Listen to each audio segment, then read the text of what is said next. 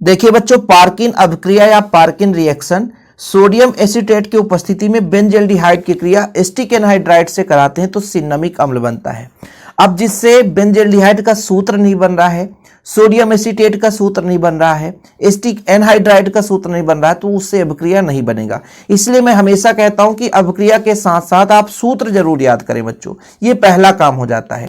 Benzaldehyde का सूत्र क्या होता है? C6H5CHO, या इसे आप ऐसा भी बना सकते हैं, ये आपका बेंजीन रिंग है बच्चों, बेंजीन रिंग, और इसमें यदि आप CHO जोड़ दो तो ये आपका हो जाता है बेंजल्डिहाइड।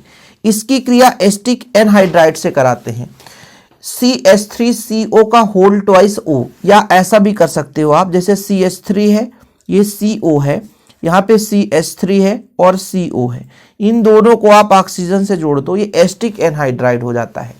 इसकी क्रिया बच्चों हम किसके उपस्थिति में कराते हैं? इसकी क्रिया हम सोडियम एसीटेट, एसीटेट का फॉर्मेट होता है CH3COO। अब यहाँ पे सोडियम जोड़ दिए तो आपका सोडियम एसीटेट बन गया। क्या बन गया? Sodium acetate.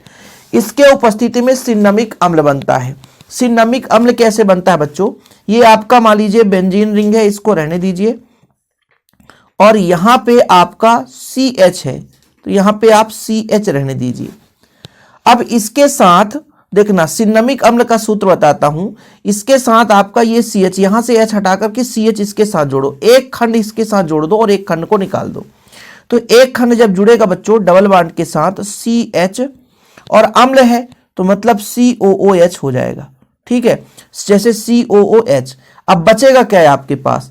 बचेगा कि मान लीजिए आपका ये CH3CO तो बचेगा ही, CH3CO तो बचेगा ही, और बाकी यहां से OH आप ले लो, या कि यहां से ये आपका एसिटिक अम्ल, तो ये अलग हो जाता है।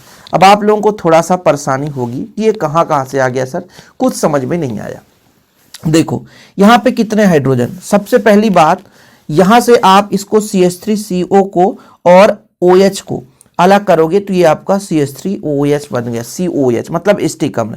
ये जो सिन्नमिक अम्ल है, ठीक है, ये सिन्नमिक अम्ल है बच्चों, इसको मैं यहां पे लिख देता हूं सिन्नमिक अम्ल। सिन्नमिक अम्ल, ये जो सिन्नमिक अम्ल कैसे बना? तो ये बेंजीन रिंग है, CH है, तो मान लीजिए यहां से यदि आप H इसको दे दिए हैं तो यहां पे 3 H है बच्चों, एक H इस कार्बन के पास, एक H इस कार्बन के पास, और एक H इस कार्बन के पास, 3 H है ना, तो ये 3 H इसके साथ आकर के जुड़ गए, तो ये सिन्नमिक अम्ल हो गया। नहीं तो कुछ लोगों के मन में डाउट हो जाएगा कि सर बैलेंस ही सही नहीं हो रहा है, समझते जा रहा है। ठीक है, तो सोडियम एसीटेट, ये सूत्र है, देखिए CH3COO है तो ये एसीटेट है। मान लीजिए एसिटिक अम्ल ये आपका CH3COH होता है, H हटा दिए तो ये एसीटेट हो गया, सोडियम जोड़ दिए तो आपका सोडियम एसीटेट।